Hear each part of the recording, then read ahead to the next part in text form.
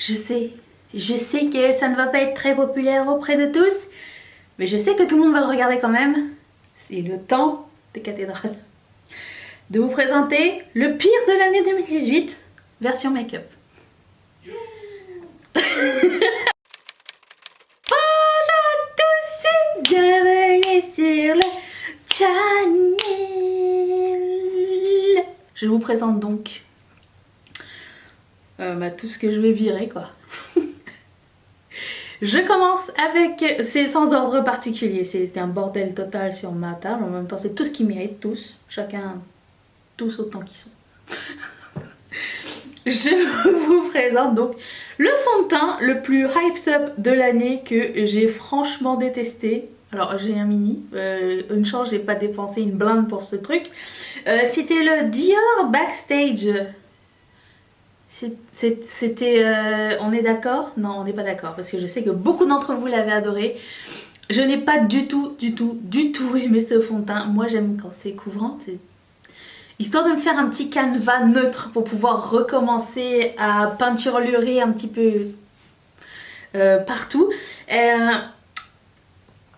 C'est le fond de teint des gens qui aiment bien ça. Une peau qui ressemble à une peau, qui ressemble à un truc naturel. Je ne suis pas du tout make-up naturel. Si vous êtes là pour un tutoriel de make-up naturel, et je pense que vous êtes à la mauvaise adresse. Obvi. Mais le Dior Backstage pour moi ça a été un flop total. Donc je l'ai essayé plusieurs fois. La preuve, il est pas mal vidé. Parce que avec les mains, avec les pieds, avec les pinceaux, avec les éponges, tout ce que vous voulez, j'ai tout essayé parce que je voulais vraiment comprendre quel était le hype de ce fond de teint. Je suis juste pas d'accord. J'ai été très déçue. Vous m'avez tous très déçue. Oui, je me crème les mains avec un produit que je n'ai pas aimé cette année. Et mon Dieu que ce produit a été... comment dire, je pense qu'on nous l'a fait un petit peu avaler et après ça on nous a mis un petit manche à avaler pour que ce soit bien dans le fond du gosier. Mais la Boom Boom Cream de Sol de Janeiro, non, c'est une déception totale. Alors ça je pense que je l'ai eu en échantillon parce qu'on s'entend que c'est pas le pot de 50$, déjà ça coûte une blinde.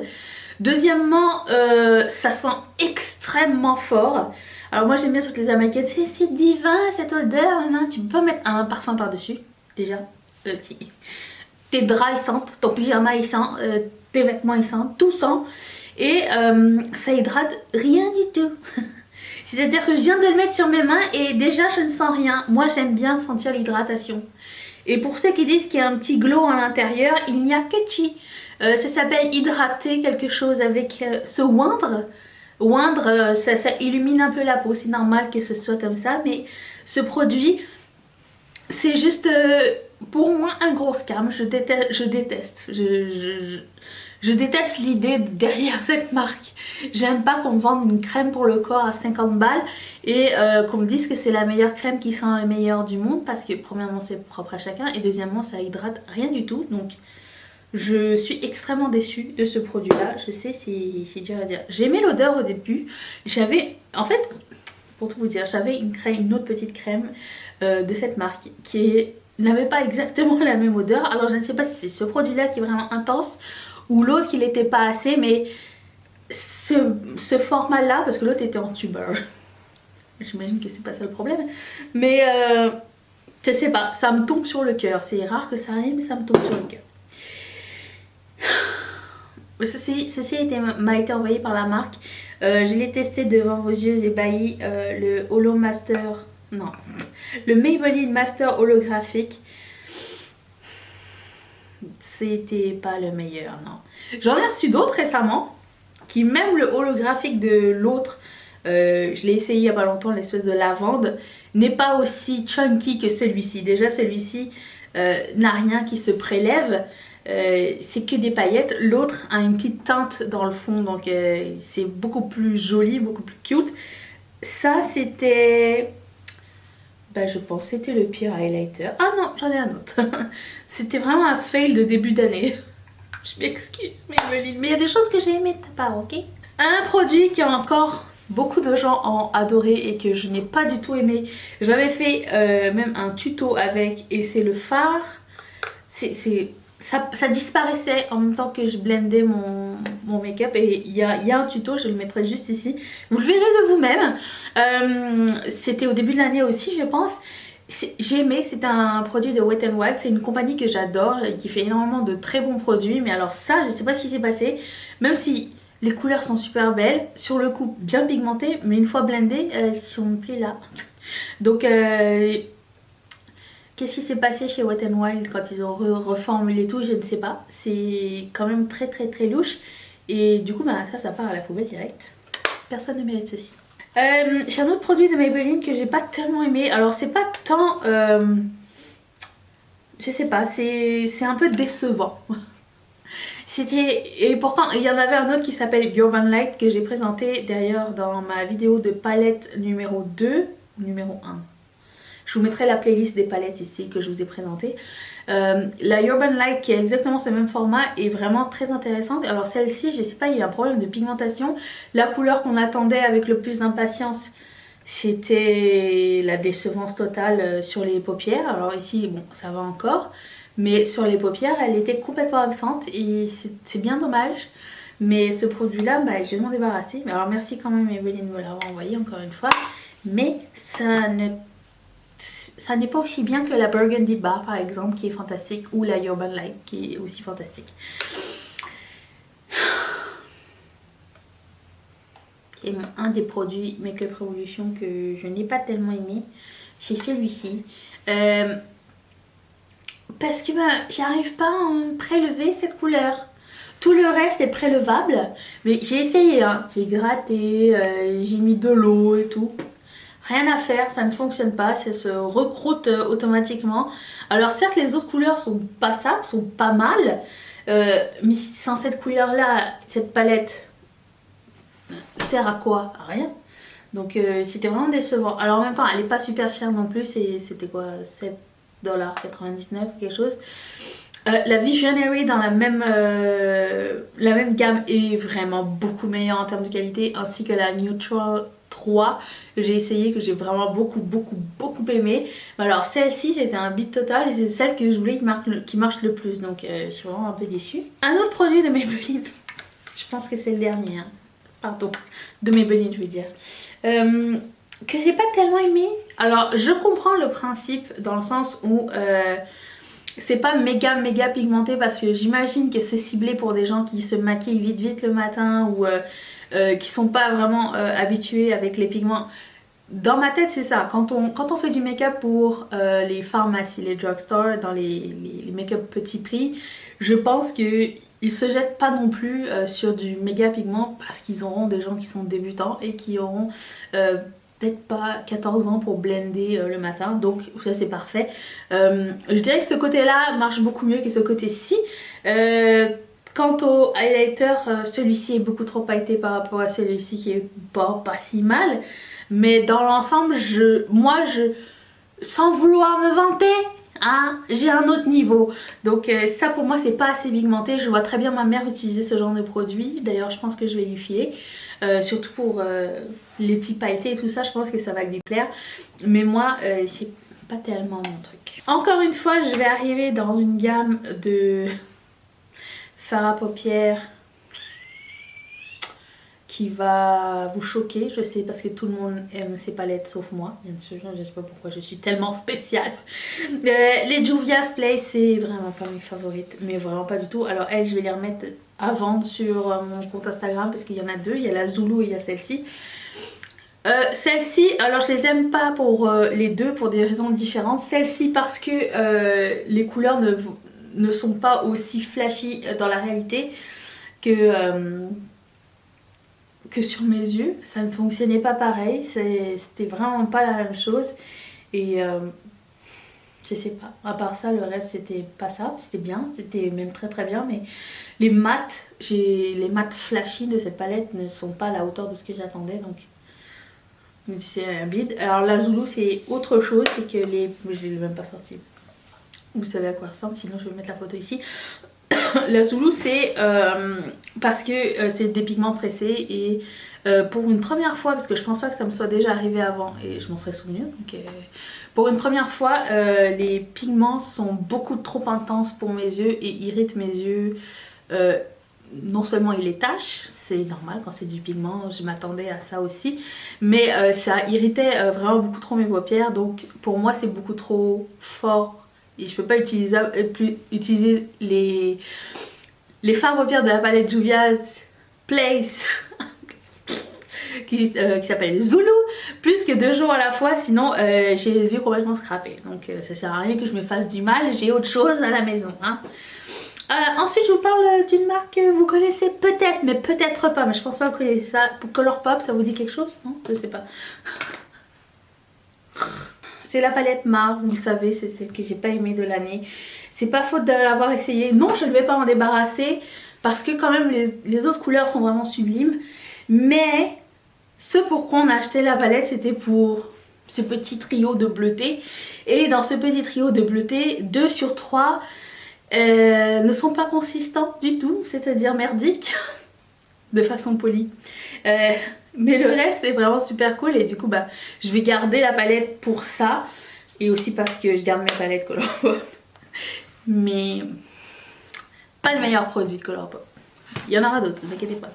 À force d'acheter et de tester une marque qu'on adore, il se peut qu'à un moment donné il y ait des défauts qui surgissent. C'est comme quand tu aimes quelqu'un, il n'est pas 100% parfait, hein.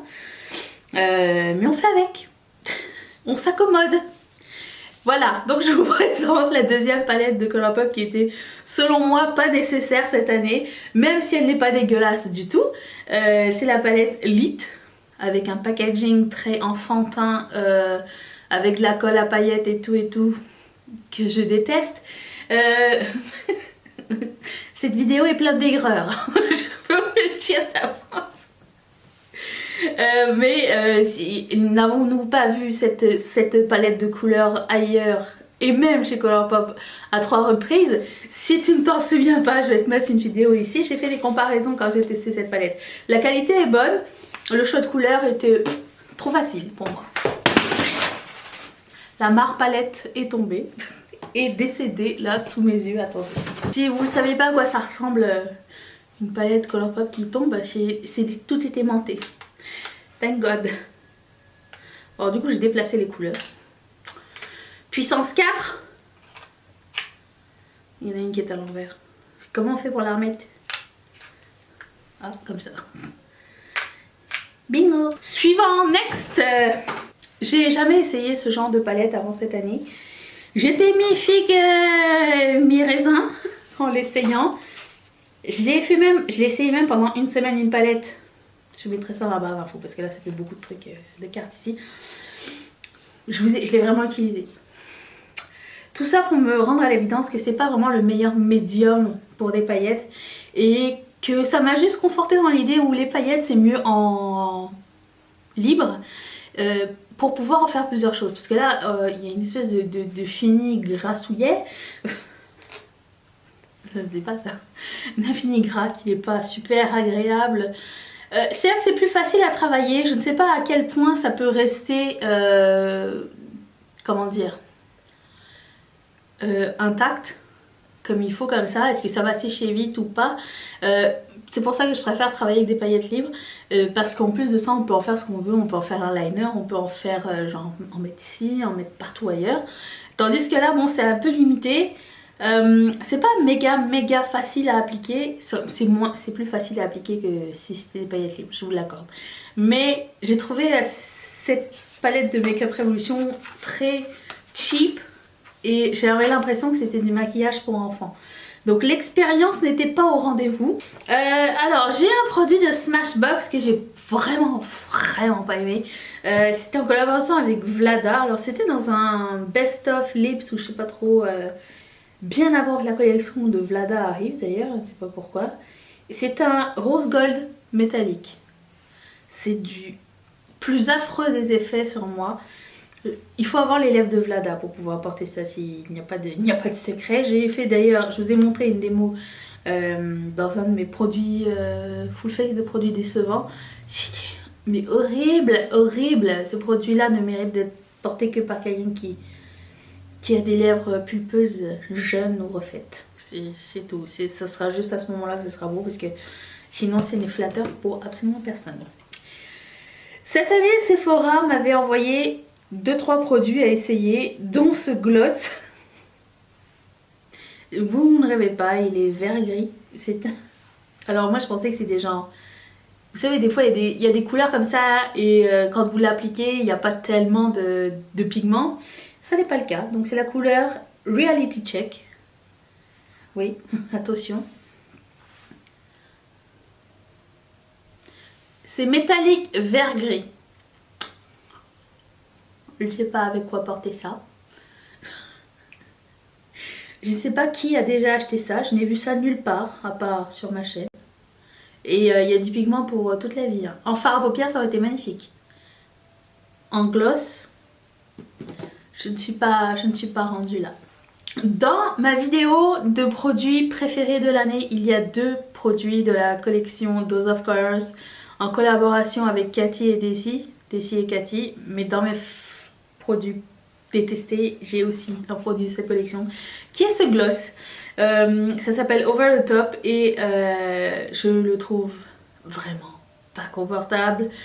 Il est pas du tout collant. Moi j'aime bien quand c'est un petit pas collant mais que ce soit hydratant, un peu huileux comme texture. Là c'est juste une texture de miel en fait, j'ai envie de dire. Pas sticky comme du miel mais si. Je sais pas si vous allez voir quelque chose.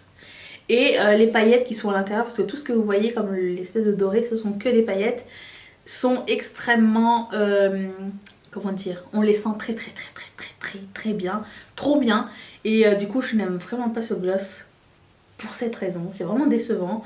Et pourtant je l'ai vu qu'il faisait partie de plein de favorites de gloss et j'arrive pas à apprécier, j'arrive pas à le trouver confortable ni à le trouver recommandable. Et du coup bah, je suis un peu déçue, je m'excuse auprès d'Essay et Cathy parce que je les aime vraiment beaucoup.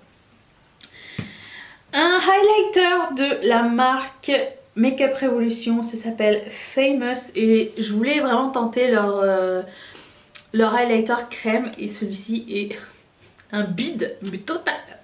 C'est-à-dire que c'est un highlighter un peu pêche et quand vous le mélangez bien, il y a des petites paillettes argentées à l'intérieur. Alors, bon, vous n'allez pas le voir comme ça. Et en plus de ça, c'est méga huileux.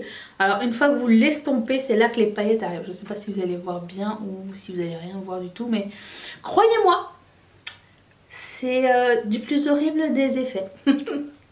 Donc, lui, il part à la poubelle, direct. Parce que je ne recommande ça à personne. Et ça avait sortir le Metal Shock Lip Paint. Je m'attendais vraiment à beaucoup de choses de la part de Essence. Je cherche encore mon rouge à lèvres liquide kaki de choix de la vie. Et celui-ci qui s'appelle, je ne sais pas comment, c'est écrit noir sur kaki. Je ne sais pas, attendez. Je ne trouve pas. De toute façon, vous le verrez, c'est celui qu'il ne faut pas acheter. Bah, il est juste transparent et il ne sèche jamais donc c'est pas un liquid lipstick mat avec une pointe de métallique. Ça aurait été parfait, sinon s'il avait été opaque ça aurait été une super belle couleur, mais non, ça n'est pas le cas. Alors Essence, il va falloir mieux faire l'année prochaine hein, parce que c'est plus possible. J'avais reçu ce... Ah, je sais pas si vous avez vu cette vidéo, mais Mathieu m'avait acheté un full face de make-up chez Shop Missy et dedans il y avait ce eyeliner. Il y avait plein d'autres produits qui étaient pas si mal, sauf peut-être le fond de teint qui sentait un peu fort et du coup il me faisait un peu peur donc je l'ai pas remis. Mais le reste, je pense que j'ai tout gardé. Mais ce eyeliner violet, vraiment cette couleur là, n'est pas du tout opaque et c'est dommage. Parce que ça aurait été vraiment un super joli eyeliner. Alors il faut repasser genre 3 ou 4 fois avant que ce soit très opaque. En même temps ça coûte 1 $. Tu peux te donner le temps de te maquiller avec. Mais si jamais vous commandez chez Shop Missy et que vous dites, je sais pas. Tiens, si je prenais le Starlet Eyeliner couleur Hollywood, ça serait une bonne idée. Bah disons qu'il faut avoir le temps pour se maquiller le matin. C'est tout ce que je peux vous dire. Ce n'est pas de mauvaise tenue ou quoi, ça tient bien. C'est juste qu'il faut que tu aies le temps de bien avoir le temps de le poser. Attends bien que ce soit sec avant de passer une deuxième couche parce que sinon ça enlève ce qui est à l'intérieur. C'est déjà arrivé dans plusieurs autres marques, mais je préfère te le dire. Ensuite, chez Colourpop encore, j'ai 3 Super Shock Shadow qui sont sortis cette année qui étaient des bides, mais absolus. Je commence par le pire qui s'appelle Superfly, qui était supposé être un bleuté violet, mais qui s'avère être transparent. Alors, c'est sûr, il a fallu que j'en mette beaucoup, donc à la première utilisation, j'ai touché le fond. Non pas que ces fards soient de gros... comment dire, contenant avec plein de produits, mais c'est quand même abusé. Voilà, c'était la couleur, c'était la nullerie de cette année. Alors j'en ai d'autres. Il y a aussi Goodbye Butterfly qui était une couleur super bizarre dans le sens où c'est joli comme ça en théorie et en pratique tout ce que ça fait sur les paupières, c'est d'attraper tous les défauts de ta paupière. C'est une formule très bizarre que j'ai pas un problème que j'ai connu ailleurs avec Colourpop et j'ai vraiment pas aimé ça. Alors peut-être avec une blending brush juste pour mettre comme un crease, ça va être parfait, mais à mettre sur toute la paupière, c'était vraiment dégueulasse, c'était très moche. Et ensuite, il y a la couleur Race You qui était vraiment très décevante. Parce que le même problème que l'autre. On s'attend à ça et on a ça. Qu'est-ce que c'est?